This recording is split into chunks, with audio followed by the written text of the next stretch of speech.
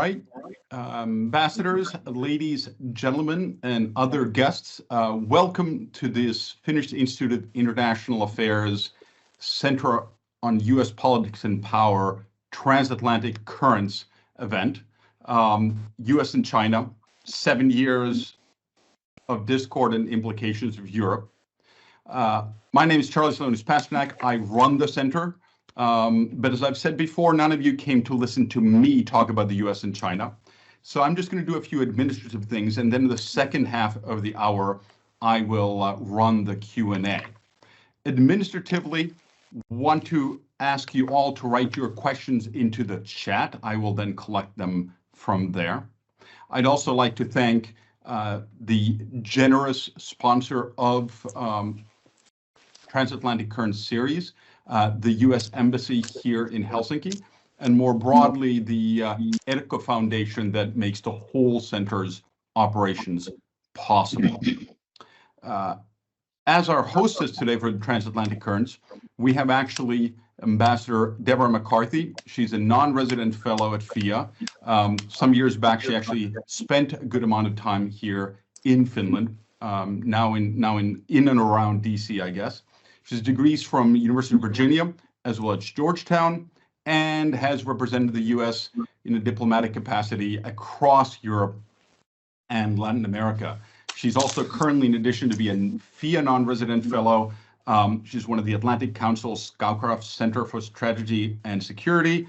And before that, she was a senior fellow at Harvard University. So with those words, Deborah, take it away. Well, thank you, Charlie. Thank you for kicking this another session of the Transatlantic Currents webinar.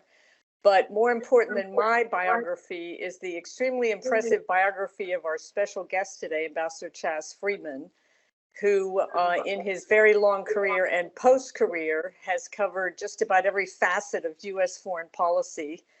And in our focus today is going to focus on an area that he knows extremely well from his younger days, let's say in our system, but even before, and speaks with great knowledge. So you all have his biography, so I won't go through that. And you've seen the title of this current seminar. So what I thought I'd start out is going straight into the main issue, which was the policy shift that began under the Trump administration from engagement with China to competition with China, which was not a sudden whim, for consensus had been building in foreign policy circles that the decades-old pursuit of dialogue and engagement had not worked. So the Trump administration began a series of steps to what I call isolate and castigate China and to decouple the two economies. The Biden administration came in also assuming major power competition in its China policy, imposed a number of economic measures, including export controls and tariffs, but has also added efforts at having dialogue. So Ambassador Freeman, you've identified in a winning piece that I read several times, 3 forms of competition: rivalry, adversarial animosity, and enmity. How would you assess the Trump and now the Biden administration's approach to competition to China, using that framework, if that works for you? Thanks, Deborah, and thanks, Charlie, also for the introduction. Pleasure to be with you on this program. I have a very critical view of U.S. policy in recent years toward China, not so much because of the effects on China. China can take care of itself, but the futility of much of what we're doing and the negative effects it has on the United States, and indeed more widely, because U.S.-China policy, like U.S.-Russia policy, has emerged as a test of European strategic autonomy, which Macron repeatedly reminds us of. I don't think very intelligently, but at any rate, he's on to something. I think it's incredibly ironic that engagement is tarred with failure by the very people who, when it was practiced, condemned it for not pursuing an effort to change China ideologically, not to engage in regime change. There's a long American history of efforts to change China. Three of my great-grandfathers worked in China in various scientific capacities and to do that. So Americans have always wanted to make Chinese more like Americans. And some Americans apparently believe that inside every Chinese there is an American struggling to come out. But this is not the case. And I think leaving aside the Trump administration's capacity for blunders generally, they bequeathed a bad relationship with China with the Biden administration. If you will recall, the Biden administration opened its chapter with China with a meeting in Anchorage, Alaska. And our Secretary of State, Mr. Blinken, accompanied by Jake Sullivan, the National Security Advisor, basically, and I paraphrase, said to the Chinese, "You are moral reprobates.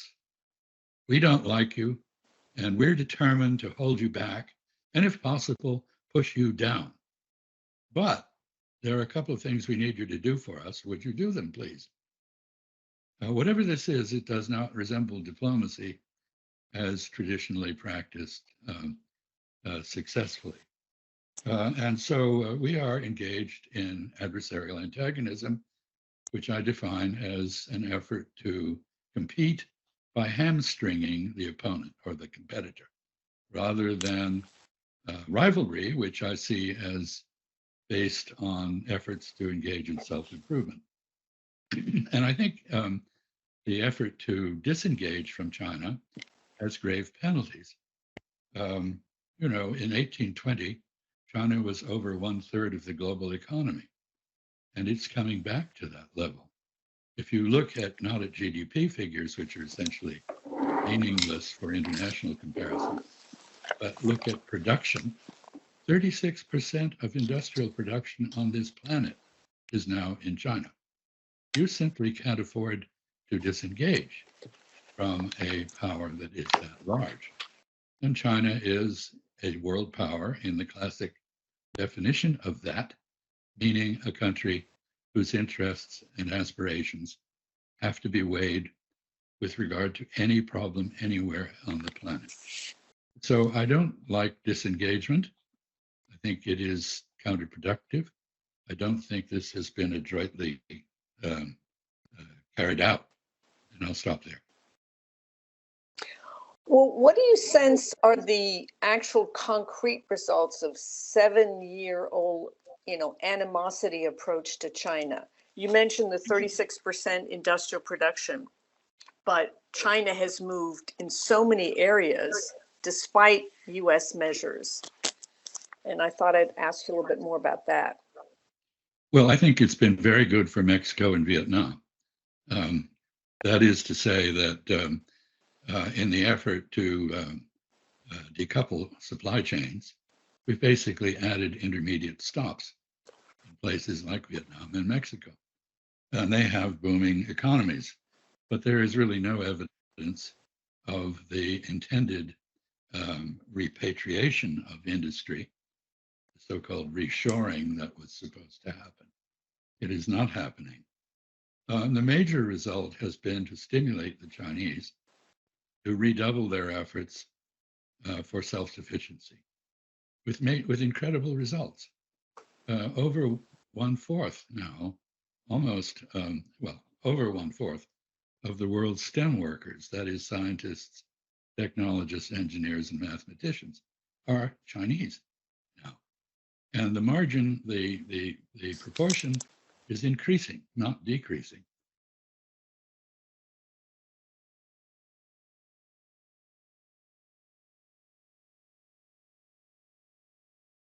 By contrast, we graduate about 820,000 STEM workers a year, of whom about 1/3 are Chinese, actually, foreigners studying in our country, something that is now in retreat.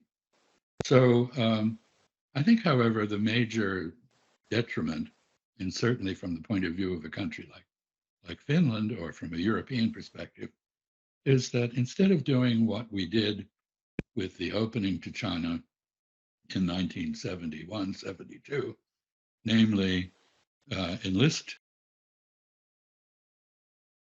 of Russia, we have pushed China into the embrace of Russia and vice versa. And we've just seen a visit by Vladimir Putin to Beijing, which I think was transformational. To use classic diplomatic terminology, this is not an alliance, but it is a very robust entente, a limited partnership for limited purposes that is becoming less and less limited. So from a strategic point of view, from the point of view of the West, we have done the opposite of what statecraft usually argues you should do. You should divide your enemies, you should not unite them, but we've done the business of unifying them pretty effectively. Well, I note that there's a lot of talk in, let's say, U.S. foreign policy circles about the problems of China's economy, that its growth has slowed. And I wanted to ask you to put that in context of domestic policies that Xi Jinping has pursued, which implied, from what I read, which implied a slowdown in growth. So it's not necessarily coming from outside forces that are holding them back, but inside policy decisions based on, let's say, a model that Xi Jinping has for the economy. Well, I think economists long predicted that China would at some point slow down. And it has slowed down to what looks like a base rate of growth of somewhat over 5%. And in anticipation of this, the Chinese de-emphasized growth and began to emphasize two things. One, quality of production, the STEM workforce development that I mentioned. And they've become very innovative, in part as a result of our effort to shut them down. There is an institute in Australia called I think it's the Australian Strategic Technology Institute, which evaluates innovation in economies with respect to 44 categories of technology, and it tracks 320 different factors. So this is no joke. This is a serious effort at appraisal of innovation. And of the 44 technologies they track, they say China is now the leader in 37. So we are watching a transformation and a lot of wishful thinking going on about China faltering and peak China and this kind of thing. And I don't think that is what is happening. Now, there are problems in China, of course. COVID resulted in a lot of change, as it has in the West. And the real estate market, which had been a major driver of the economy, a place where people put their money for speculative purposes, was in a bubble, and that bubble has burst. The Chinese are dealing with that now, actually pretty effectively, but it takes time. I would say also that the Chinese economy has been adversely affected by American antagonism, not just the export controls, which the Chinese are working to overcome. And I can talk, if you want, about why efforts to choke off technology transfer inevitably don't work. But the Chinese economy was adversely affected by political factors generated by American antagonism. Xi Jinping grew up in an era in which the collapse of the Soviet Union was in progress. And he is obsessed with the possibility that the party state in China might follow that example and determined to prevent it. And his approach to this is to redouble political controls and the strength of the party. He's engaged in quite an effort to root out corruption in the party. when bureaucrats buy and sell things, people buy and sell bureaucrats. This is a rule of political economy. I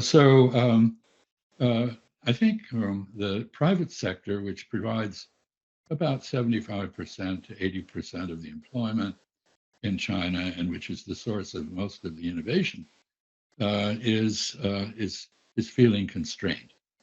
In China, if you want to do business, and I do business there, as well as other places, now that I'm no longer constrained by public service, in China, if you want to do business, as is the case, I suppose, in Finland and the United States as well, you better be friends with the local politicians.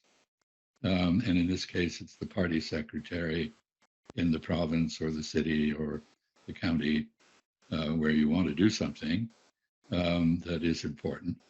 And now when you go to see him or her, he or she doesn't know whether you're going to be under indictment next week, and you don't know whether he or she are going to be there in a week.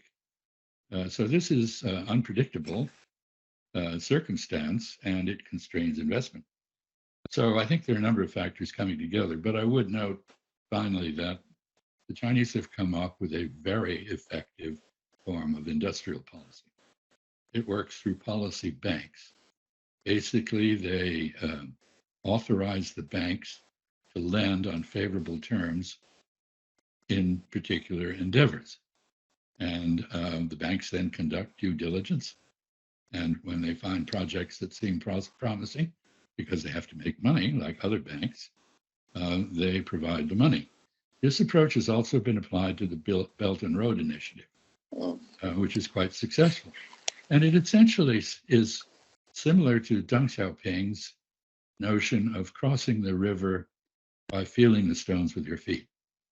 Basically, the Chinese establishment says to Chinese businesses, whether they're government-owned or private, we want to go to this point on the other side of the river. And if you get there, we'll make it worth your while. You'll make a lot of money. But you figure out how to get there. We're not going to tell you. And we're not going to pick and choose between you who gets there. So slogan, practice is the sole criterion of truth.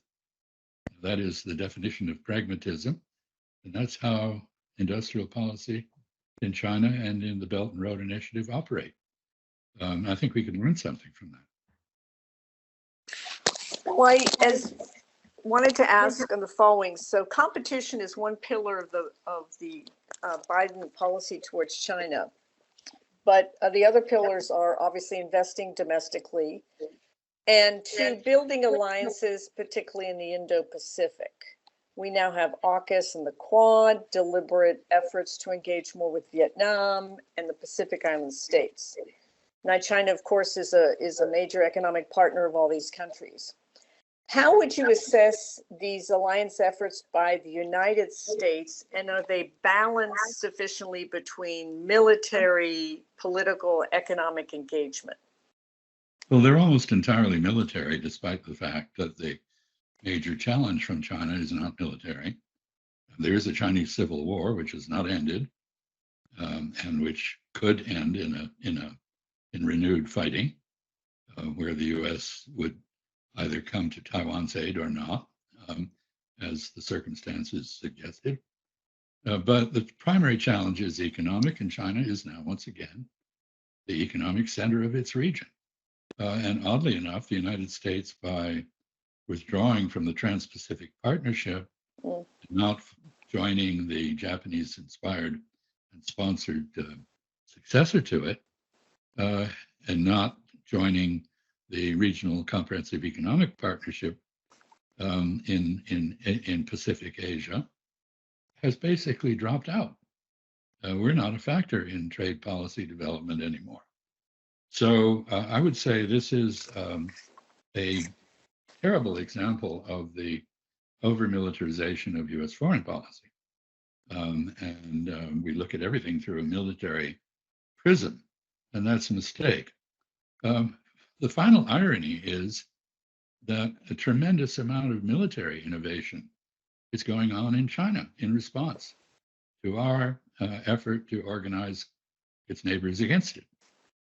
You see this with the development of not just hypersonic missiles, which others have also developed, but you see it with the development of ballistic missiles that can attack aircraft carriers and battle groups at a distance of almost 2,000 miles from China. This is something no one else has. You see this in rail guns, which we tried to develop for our ships, but which the People's Liberation Army Navy now has on its. You see this with air-to-air missiles. Chinese missiles outrange those of the United States. You see this with radars that the Chinese claim, and probably correct me, because they have a tendency to be accurate, can detect the F-20 and other F-22 and other U.S. aircraft that are stealth. So what we see is a response to the military dimension from China and a default by the United States on the economic dimension. Now, the Quad you mentioned is a useful consultative body, but it's not an alliance. There are no commitments. And the final point I'd make is Vietnam's had 2,000 years of experience in dealing with the Chinese, and they're very good at it. And they're not going to get in bed with an enemy of China. They tried that briefly with the Soviet Union after they unified their country. They tried to build a little empire in Indochina in partnership with the Soviets. And the Chinese went to war with them to, quote, teach them a lesson. And they took the lesson aboard and they got out of Cambodia and they allowed the Chinese to have influence in Laos, which they had dominated. So I think there's a lot of wishful thinking on the military side. The Vietnamese are not going to line up against China. They've had enough experience to know that that is a losing proposition. So I think we need to redevelop a diplomatic, political, economic approach to Pacific Asia because we've left a vacuum. Oh, I should add, by the way, that efforts to draw NATO into the Pacific are, symbolically interesting, but NATO's having enough trouble dealing with its own issues before it takes on the Taiwan issue or the South China Sea or Japanese or Korean claims in Northeast Asia. So I don't take that very seriously. It's more of a political stunt than anything else. Well, on security issues, as one author noted as I was doing my research, China perceives its security environment 3 layers: the heartland, which are the coastal provinces, the frontier land, which is the rest of the country, Taiwan, South China Sea, East China Sea, Yellow Sea, and then what they call the belt of uncertainty. So China has, as you noted, building its military capabilities. It's conducted exercises, increased exercises, not only in the Taiwan Strait, and aggressively affirmed its maritime and territorial claims in the South China Sea. What is your assessment of its capabilities today, although you've gone over some of it, but perhaps talk a little bit more about the Biden administration's efforts to engage with the Chinese defense establishment through the new mill-to-mill channel? It's nascent, it's new. Is it going to help? Is it working? It's not new and it's very superficial, basically. But I would like to go back to you listed Taiwan as a frontier society. From the Chinese point of view, it isn't. It's part of China. It's a legacy of the Chinese Civil War and the Cold War, a regime propped up by the United States for many years. When as a junior diplomat, I used to go to the UN once a year and argue that there's only one China. Its government is in Taipei, not in Beijing. That's a bogus regime. And the government in Taipei is not a government in exile because Taiwan is part of China. And by the way, Mongolia is too, because Chiang Kai-shek thought so. And we got away with this for 23 years, which is a great testimony to the skill of our diplomats, I think, because it was fairly preposterous. And finally, our bluff was called. But anyway, Taiwan is a special issue. You can't draw conclusions from a civil war that apply to foreign policy necessarily. That is to say, if there's a war over Taiwan, it doesn't mean China intends to take the Philippines or whatever. And so I think that has to be put in a special category. But I note that before I talk about the military balance, that the Chinese and the United States have a very different view of alliances.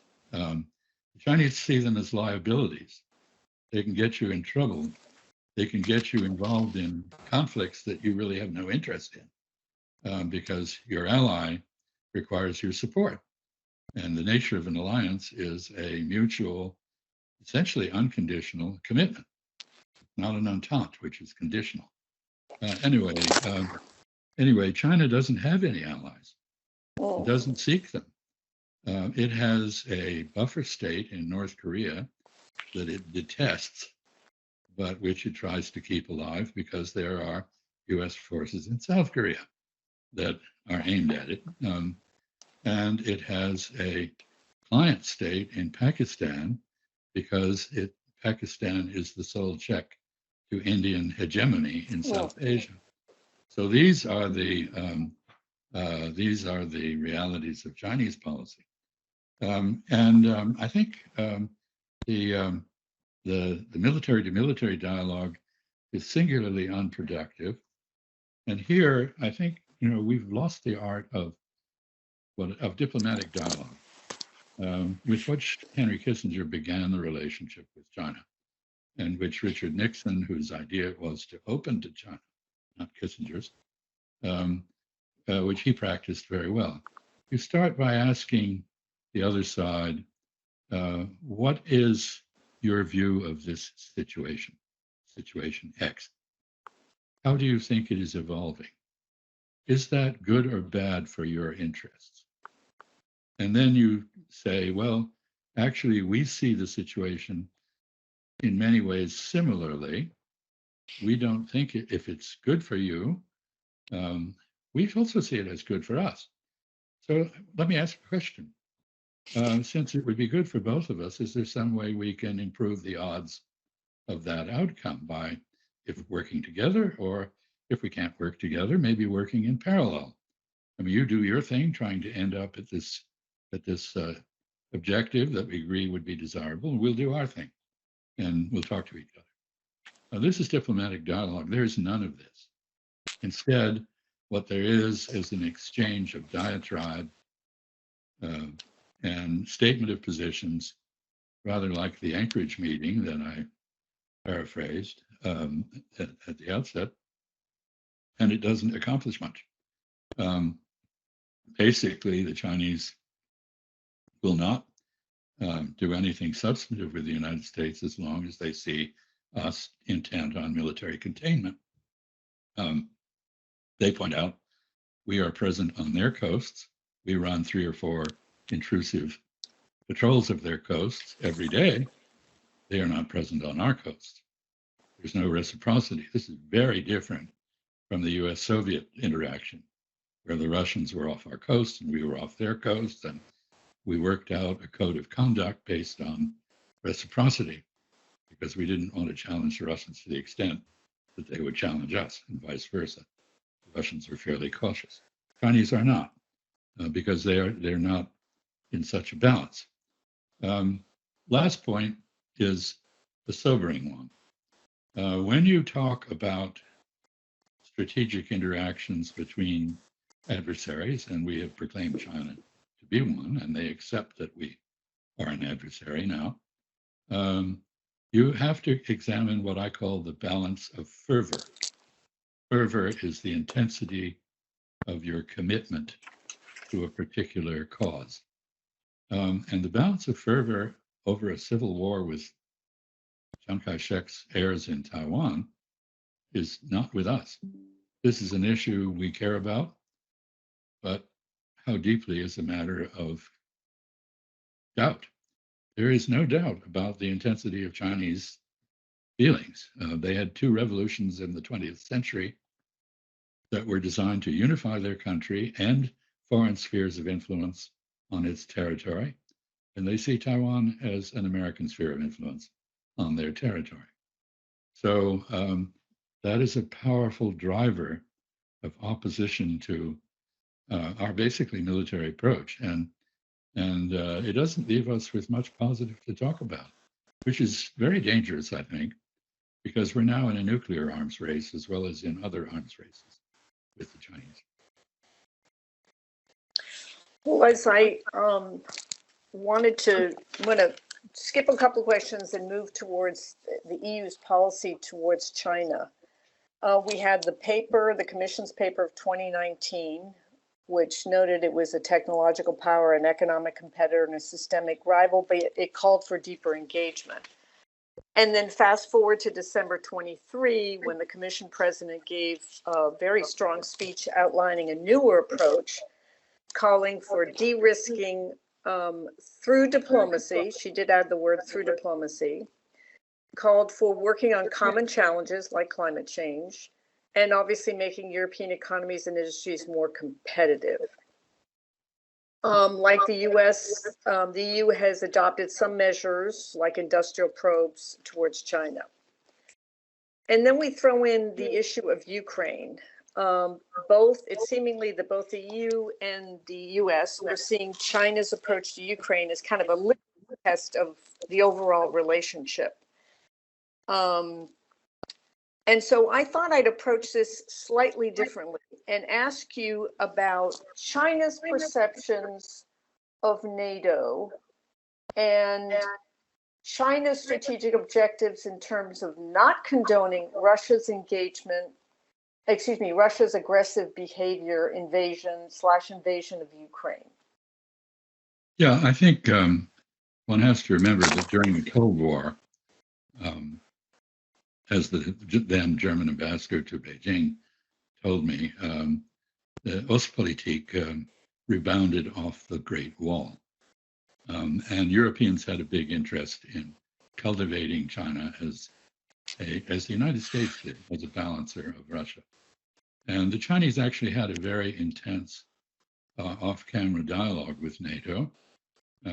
General Alexander Haig, who was the Supreme Allied Commander at Mons during that period, frequently saw the Chinese ambassador and received intelligence briefings by the Chinese on the Soviet threat.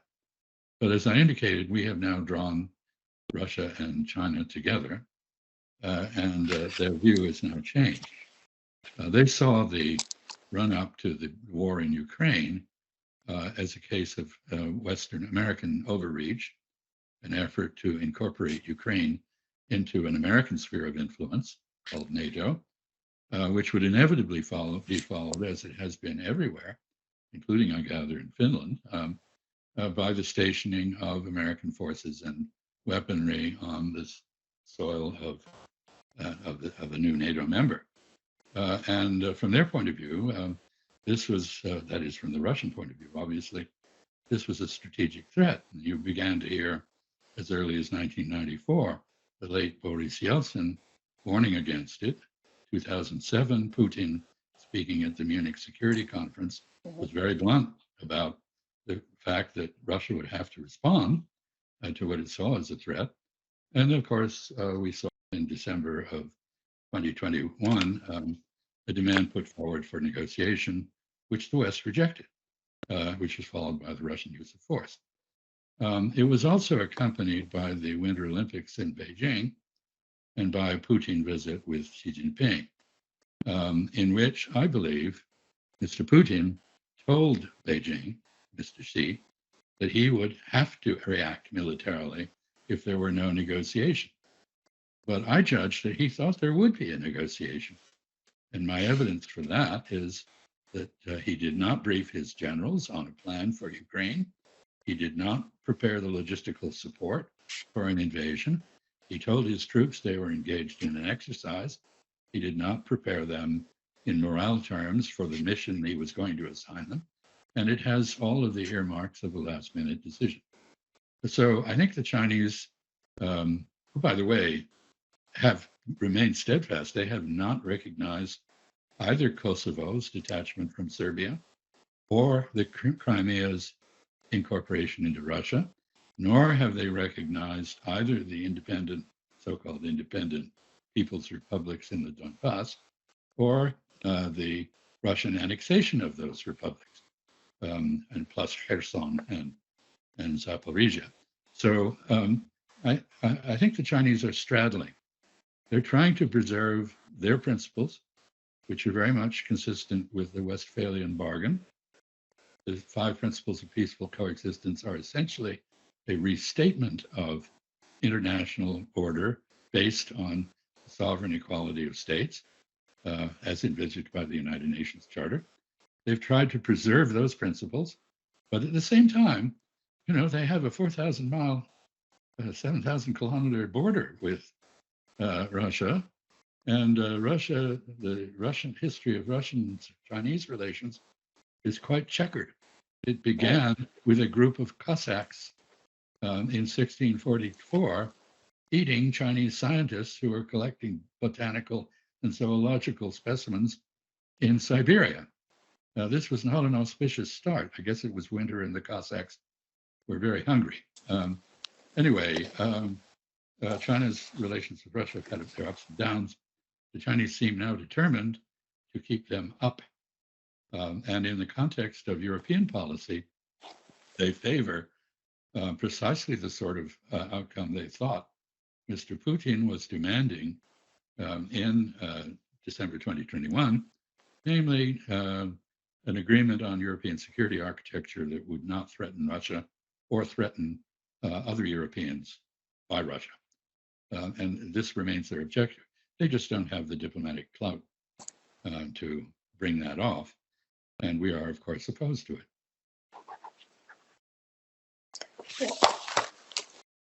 Excellent. I am going to pause here on my questions and turn to Charlie, who I've seen some hands up, so I know that there's some questions in the queue. And Charlie, why don't you go ahead and select the questions? Sure. First off, thank you for a fascinating conversation. I could have listened to that for hours still. Yes, I'm going to, in fact, read this question because it's rather long, so I won't try to summarize. It is, in fact, looks to be from one of our other resident fellows, Leo Michel. Read it out. John Bolton, a former national security advisor to then President Trump, claimed in his book that Trump pleaded with Xi Jinping during 2019 summit to help his re-election prospects by increasing Chinese purchase of U.S. agricultural products, believing that it would help him in the Midwest swing states. It's hard to see why Bolton, while he's become very critical of his former boss, would invent such a story. Do you see any reason to believe that if re-elected, Trump would actually adopt consistently hardline policies towards China, advocated by some of his advisors and congressional supporters, or would you expect a more opportunistic transactional approach? Well, I note that Mr. Bolton has just announced that he endorses Dick Cheney for president and is planning to write him in. So his relationship with Mr. Trump is clearly not the best. I'm sure he did not invent that. It sounds very Trumpian. And that is to say, using foreign relations for domestic political advantage. There was alleged to have been some of that about Ukraine, as you may recall. In any event, Mr. Trump is reliably erratic. That is, he is reliably unpredictable and transactional. And so I can't say what he would do with China. I know that his position on Taiwan is totally unacceptable to the Chinese.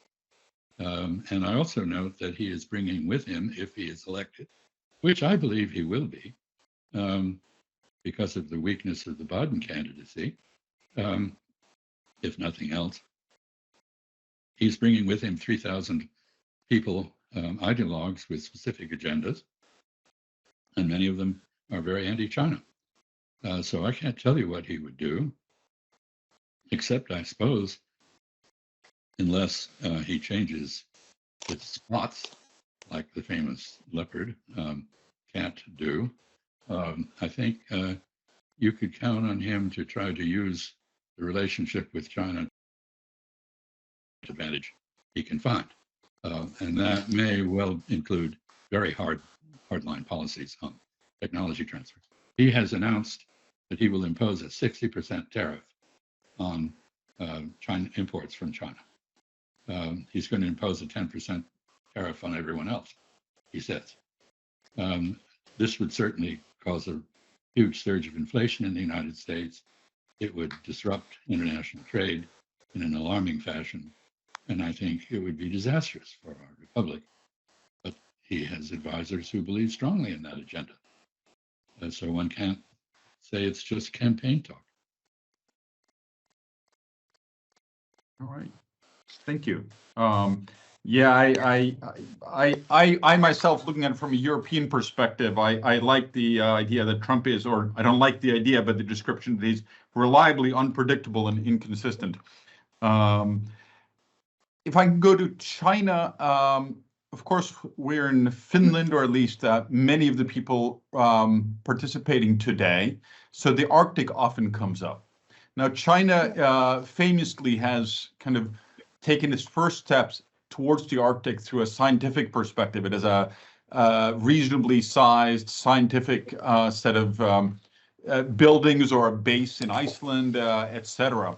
Could you share some thoughts on this? Because the argument is, of course, is once China is able to establish this, and being that Russia is the junior partner, China could somehow impose Russia to give military or other access. I'm really not sure Russia would go for that, but what do you think China's kind of Arctic middle game might be? Well, I think you're right to be confident in Russian nationalism and stinginess with giving away things to neighbors. And I suppose as a Finn, you have some memory of that. But the Chinese interest is a very simple one. It is the same as that which drove the explorers in the 17th and 18th century to look for the Northwest Passage. Global climate change is opening routes through the Arctic, which are very advantageous to shipping from ports in China to ports in Europe and North America. And therefore, the Chinese have a very strong commercial interest in the Arctic.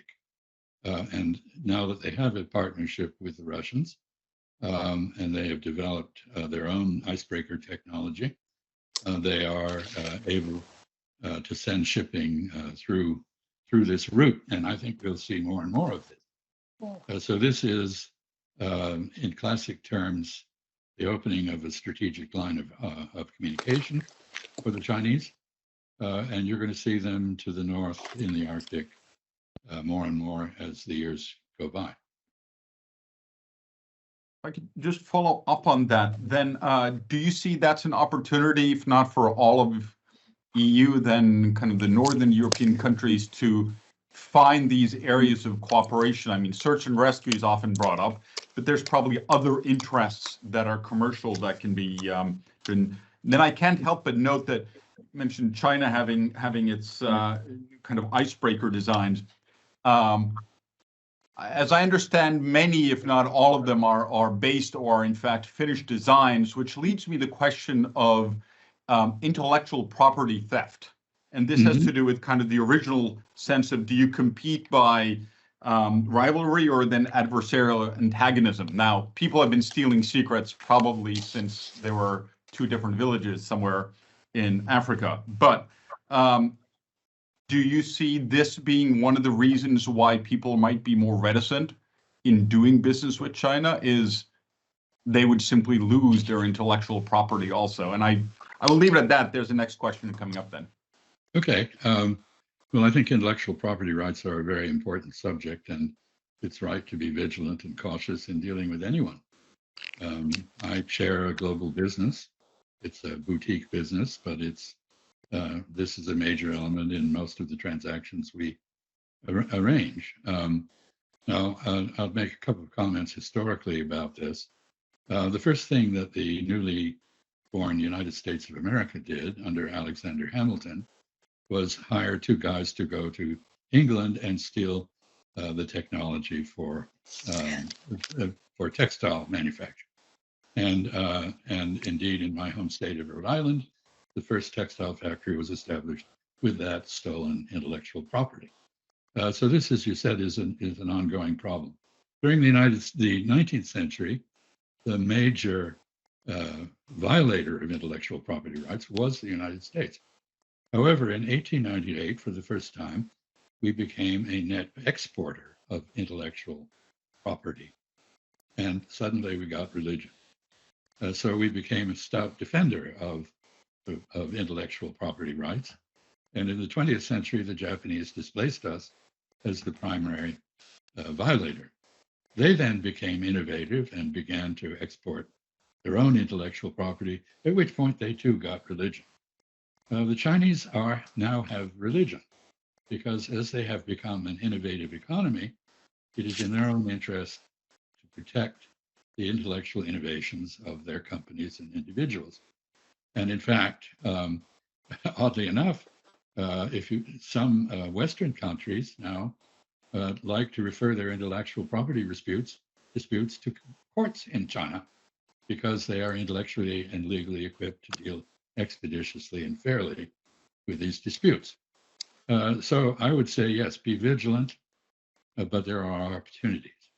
And I would note too that, the sort of patronizing attitude that people in the West have had that we are the source of innovation, therefore we need to be really careful dealing with the heathen abroad, is no longer true. The Chinese are now very innovative. And if you cut yourself off from doing business with them over this issue, you're more likely to lose access to innovation than to preserve your own rights. So I would go back to your original statement. I would say, from the point of view of Finland, with its Arctic position and its history of successful dealing with the Arctic, I think you have a great deal to offer in terms of cooperation and probably to get in return. And you should pursue this. I mean, you either pursue it or it will happen anyway. Yep. Right. Next question, which may be specific. We have a few here. Let me read this. How will asymmetric weapons development influence future Chinese weapon systems? So a very technical, specific ones: hypersonics, drone swarms, submarines. You can either go technical or then broadly, will it have an impact on Chinese defense or military policy?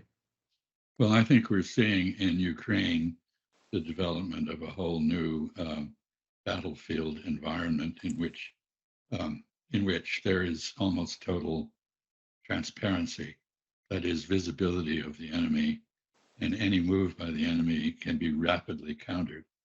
This is the effect of drones. Drones have also proven to be very effective at killing tanks. No doubt there will be moves to redesign tanks to deal with that. But the Chinese are extremely innovative in both the, DJI, which is based in Guangzhou in South China, is the global leader in drone technology and dominates the market internationally. And it's not alone. There are hundreds of drone manufacturers in China. By the way, there are over 400 robotics companies in China, and it is now the largest installer of robotic automation in factories. And finally, underwater unmanned vehicles, UUVs, have become extremely important. We've even seen the Houthis use these in their precedent-setting land-based naval blockade of Israel in the Red Sea. So I think we're seeing a rapid evolution in military technology, a lot of it asymmetric, as the questioner supposes. And many of the things the Chinese have done fall into the category of asymmetric warfare. One should also not ignore, given the Finnish and Estonian prowess in electronics, one should not ignore cyber warfare, where the Chinese also have spent a lot of time. They see it as an alternative to nuclear exchanges, and therefore as a positive way of reaching out and touching the enemy. So, but it's not all asymmetric. As I mentioned, we are seeing a Chinese military build up in the Gobi Desert of nuclear-armed ICBMs, with a view, I think, to developing a deterrent that is sufficiently credible that the U.S. would not come to the aid of Taiwan if there is a war there. And that's the purpose. So, very interesting question. We could spend 2 days dealing with it, I think. You're muted, Charlie. Yeah, Charlie, you're muted. Yep. Okay. Thank you. We have one more question. We have time for one more question and answer, I think. So first, thank you, Mr. Freeman. I agree entirely. You mentioned that U.S., some believe there's an American in every person just waiting to get out. Some call this part of American exceptionalism. Back in the Cold War, there was a question of who lost China as the communists took over. And now we're seeing another disappointment towards China and the U.S., as China did not become American after the Cold War. Do you think some people in the U.S. still believe in China becoming more like America if the communist government is changed? Or do they contemplate the cultural and maybe even civilizational differences more? I'm sorry to say that regime change remains a major focus of much of our politics, and rather than the acceptance of differences. I'm old enough to recall John F. Kennedy in a speech at my university, Yale University in New Haven, talking about the need to make the world safe for diversity. I wish that were our policy today. It is not. I would note also that U.S.-China relations have been a bit of a roller coaster. We invented something called the open door policy to prevent China from being shut to us by European spheres of influence, which were being established. In the 1920s, one of my great-grandfathers worked for Sun Yat-sen, who was the founder of the Republic of China, was the designer of the Three Gorges Dam, but it couldn't be built because of disorder in China. In the 1930s, we sat on our hands while wringing them, or wrung our hands while sitting on them, while Japan wreaked havoc in China. In the 1940s, we treated China like a protected state. We wanted it to survive because it was important in tying down Japanese troops. We didn't expect it to do anything, but if it survived, that was useful. In the 1950s, we were completely against it. We sought the overthrow of the regime. In the 1960s, we were befuddled as the Sino-Soviet split occurred. We failed to notice it until the end of the 60s. Nixon did notice it, tried to enlist the Chinese in containing Russia, and succeeded. In the 1980s, Deng Xiaoping's opening and reform saw China use the United States to de-Maoify China. In the 1990s, after the Tiananmen student and worker uprising was suppressed, we tried to integrate China into the global order that we had created. We succeeded. Much to our horror, they proved to be more competitive capitalists than we are. So the 21st century has been dominated by a slide toward antagonism of the kind we've been discussing. But if you look at this history, every 10 years there's a shift. And I remember the Sino-Soviet split. It took 25 years, 30 years to correct that. And I think in 25 or 30 years, we'll have a very different, I hope, more positive relationship with China than we do now.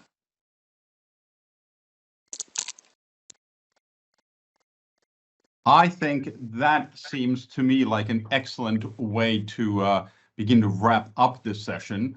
But I would like to give the last word to Deborah here. I also want to, before I do that, thank the audience who have been here, including the questions. I want to thank additionally Ambassador Freeman for just taking the time and share your wisdom. So thank you very much for that. And if you, of course, have any last thoughts beyond what you just shared, please feel free to do so. But now I'll hand it off to Deborah. Well, thank you, Charlie, and thank you, Ambassador Freeman, for joining us. I had, of course, like 5 or 6 more questions to ask you, but I will hold off. I'll just one comment. You who has studied China, Taiwan, the relationship, and lived there and been assigned there, we've seen a decline in the number of Americans going over there to study. The numbers are appallingly low right now. It's something like 700, whereas there's still very, I mean, over almost 290,000 Chinese that are still studying in the US. That has major long-term implications and will influence whatever the shift is every 10 years. And I just wanted to ask you to comment on that to wrap up, because I know that cultural side is so important, and language. Well, I think it's sad that the Chinese have a far better understanding of us than we do of them. And in a way, this reminds me of the situation in the 1930s when we didn't recognize the Bolshevik regime in Russia, and we had to post people to places like Riga to watch Russia. That turned out to be very effective in terms of educating George Kennan, who eventually invented the diplomatic strategy of containment, which we subsequently militarized. But I'm afraid we're getting into a period in which those studying China will be free to indulge fantasies that are quite remote from reality because they don't have Fingerspitzengefühl. They don't have their fingers on the pulse of the country they profess to be explaining. And so I think this is a dangerous trend. I agree with very little that Antony Blinken says, but he did, and I note, deplore this trend and argue for a greater American engagement with China culturally. And I think he's right. And I think we all need, we're in a world in which English is the lingua franca. We're speaking it in this gathering. The Finns who are present, I hope, had enough English to be able to be deeply offended by everything I said and to correct me in due course. But it's a very important thing to learn another person's language, especially that of a great power. To learn a language is to open a window on a different view of reality and to perceive things in a different way. And it is the basis or a prime component of empathy. Sun Tzu said, to know yourself and know your opponent, and you will never fail. And this is as true in diplomacy as it is on the battlefield. So I think cutting ourselves off in the way that we are is a mistake. I hope we'll rectify it. And if I were a Finn, I would want to learn not only Russian, but Chinese, because you live there in the Arctic and you're going to have Chinese in the Arctic more and more. And you have things to gain from China as well as reasons to fend off some Chinese activities. Thank you. Thank you very much for the last question. I'm glad culture studying came up. They're, of course, central to, I would say, the human experience. But with those words, thank you to the audience, thank you to the participants, and I will close this episode of Transatlantic Currents. Thank you. Thank you all.